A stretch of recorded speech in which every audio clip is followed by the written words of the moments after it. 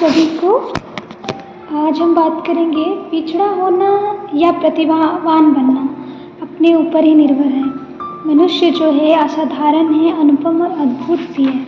तो इसके बारे में हम अच्छे से समझेंगे कि मनुष्य कैसे असाधारण है, अद्भुत है ना।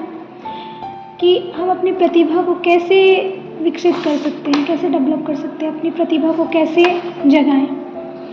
क्योंकि जो हमारा शरीर है ना, काया के घट घट में छिपी बलछट समर्थ है। हमें पहचानना होगा हमारे घट घट में वो सब समर्थ है, लेकिन हम पहचानते नहीं हैं। हम अपने आप को बहुत कम में आंकने लगते हैं, लोअर एनर्जी में रहते हैं और हीन भावना से ग्रसित होकर के हम स्वयं को सोचते हैं कि हम क्या कर सकते हैं, हम कुछ भी नहीं कर सकते हैं।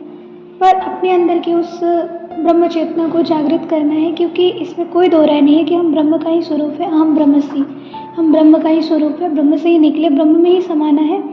तो जब ब्रह्मा ही हम हैं, उन्हीं के अंश हैं, तो हम में वो असीम क्षमता है ही जो हम बन सकते हैं, जो हम बनना चाहते हैं। तो अपनी प्रतिभा को जगाने के लिए कुछ 7 चरण यहाँ हम साझा करेंगे।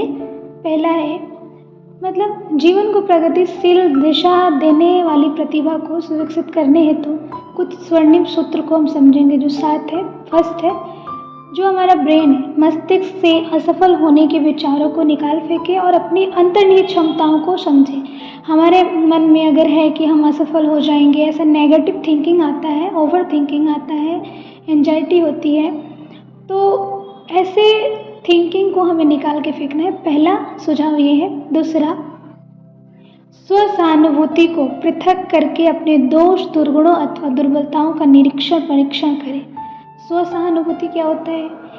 मतलब खुद को सहानुभूति देना और ऐसे एकदम से अपने आप को ऐसा समझना मैं दीनहीन हूँ, पुचकारना, अरे मैं बच्चा, ऐसा नहीं। इसको पृथक करो, इसको अलग करो कि सहानुभूति नहीं देना है और हमारे अंदर जो भी दोष दुर्गुण है उसको ना हमें निकालना है। हमारे अंदर जो भी हमारी वीकनेस है, हमारी जो भी, इन सबको एनालिसिस करना है। एक डायरी ले, एक पेन ले, पहले भी वीडियो में हमने शेयर किया है। एक डायरी पेन पे लिखें कि हमारे अंदर क्या बुराइयां हैं और उसको हमें निकाल करके फेंकना है।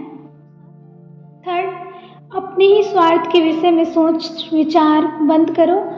दूसरों की सेवा सहायता को भी सोचें और कार्य रूप में परिणत करें। यानी जब तक हम केवल अपना अपना ही सोचते हैं, अपना अपना ही करते हैं कि हम खाएं कि नहीं खाएं, हमने खा लिया ना बस, नहीं, हमें दूसरों के खाने का भी सोचना होगा कि दूसरों ने खाया कि नहीं खाया।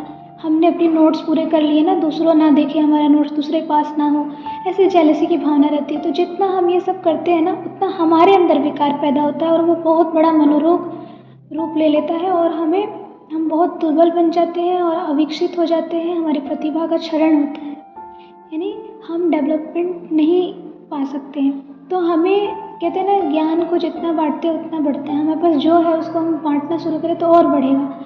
तो हमें अपने स्वार्थ को छोड़ करके दूसरों की सहायता के बारे में भी कार्य करना चाहिए। फोर्थ, ईश्वर प्रदत्त इच्छा शक्ति का ही सही समुचित प्रयोग करें। इसकी दिशा धारा को व्यर्थ निरर्थक न बने दें। मतलब कोई कार्य हम कर रहे हैं तो पूरे मनोयोग के साथ कर रहे हैं, समुचित प्रयोग करें कि ब्रह्म चेतना, सुप्रीम एनर्जी हमें दिशा दे रही है, हमें गाइड कर रही है और उसके गाइडेंस में हम चल रहे हैं। और उसके गाइडेंस में जब चल रहे हैं, ऐसा हम अगर सोचते हैं और करते हैं तो हम उसके गाइडेंस में ही चलते हैं। फिर हम व्यर्थ निरर्थक की चीज़ें नहीं करते हैं। तो हमारे साथ क्या निरर्थक हम कर रहे हैं, उस पर अवेयरनेस होकर उसको रोकें और ईश्वर के गाइडेंस में चलें। 5 है, 5वां है, जीवन लक्ष्य को ध्यान में रखते हुए ही जीवनचर्या का निर्धारण करें। मतलब हमारे जीवन का लक्ष्य क्या होना चाहिए, हमें कहाँ तक पहुँचना है, हमारा सक्सेसफुल मंजिल क्या होगा, तो उसको ध्यान में रख करके डेली रूटीन कि सुबह उठते ही हमें क्या करना है, धरती माता को प्रणाम करके, गॉड को थैंक यू बोल के, जिस किसी को भी आप मानते हैं सबको थैंक यू बोल के, खुद के बेस्ट वर्जन से मिल के, खुद के बेस्ट वर्जन को थैंक यू बोल के अपने डेली रूटीन के कार्य को याद करें और उसमें जुट जाए कि हमें अगर कल को टीचर बनना है, एक बेहतर टीचर बनना है, तो हमें उस टीचर बनने के लिए क्या क्या नॉलेज रोज़ रोज़ हमें पढ़ना होगा, समझना होगा, अपने अंदर लाना होगा। इसी तरीके से कुछ भी बनना है तो उसके अकॉर्डिंग हमें अपना रूटीन बनाना होगा। 6 है, 6 मानसिक ऊर्जा को नियंत्रित करके उपयोगी दिशा में नियोजित करें। चिंतन की दिशा को सदैव सृजनात्मक बनाए रखें। हमारी जो भी मेंटल एनर्जी है, हम कहते हैं ना मेंटल पीस नहीं मिलता हमें ना, मेंटल पीस बहुत ज़रूरी है। शरीर से पहले हम मन से थकते हैं, तो हमें अपनी मानसिक ऊर्जा को नियंत्रण करना है और उसको एकदम किसी सही उपयोगी दिशा में नियोजित करना है, सही डायरेक्शन में, राइट पथ पे हमें उसको चलाना है। और हम जो भी थॉट प्रोसेस करते हैं उसको क्या करना है, क्रिएटिव बनाना है कि हम मेंटली कुछ क्रिएटिव सोचें और एक राइट पाथवे पे चलें, कुछ क्रिएटिव करें जिससे बहुत लोगों का भला और हमें भी सेटिस्फेक्शन मिले, तो हमारी प्रतिभा विकसित होगी। और लास्ट 7th, जीवन के प्रत्येक दिन सुबह और शाम उस पर ब्रह्म की समर्थ सत्ता के साथ संपर्क सानिध्य बिठाने का अभ्यास किया जाए, जो असंभव दिखने वाले कार्य को भी संभव बना सकने की शक्ति प्रदान करती है। कितनी सरल भाषा में लिखा हुआ है कि हम सुबह शाम क्या करें, हम अपनों से मिलते हैं, अपनों को फ़ोन लगाते हैं, तो जो पर ब्रह्म जिससे हम निकले हैं, जो समर्थ सत्ता है, जिसमें असंभव को संभव करने की शक्ति है, उसके साथ हम बैठे, उसको फ़ोन मिलाएं, उससे बातें करें, उसके साथ संपर्क साधे। कहने का मतलब ये है, तो उनके साथ बैठते हैं एकांत में कहीं, तो सिर्फ उनसे बात करें। उस टाइम पे ना फ़ोन यूज करें, ना किसी व्यक्ति से बात करें, ना किसी पर्सन से बात करें।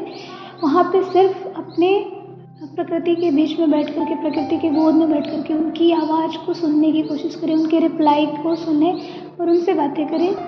तो ये वे महत्वपूर्ण सूत्र हैं जिनका आप अवलंबन लेकर के हर कोई अपनी प्रतिभा को कुंठित होने से बचाकर स्वयं को प्रगति के परम शिखर तक पहुंचा सकता है, क्योंकि प्रतिभा ही तो सफलता का बीज है। तो इस प्रकार से हम ये 7 चरण से 7 सूत्र को अपने जीवन में, बहुत ही सरल सूत्र हैं और बहुत ही समझ और बूझ के साथ इसे हम अपने जीवन में उतार सकते हैं। तो इसको हम अगर अपनाते हैं तो हम भी एक प्रतिभावान व्यक्ति बन सकते हैं। तो सभी प्रतिभावान बने, इसी भाव और शुभकामना के साथ सभी को प्रणाम। राम राम, धन्यवाद।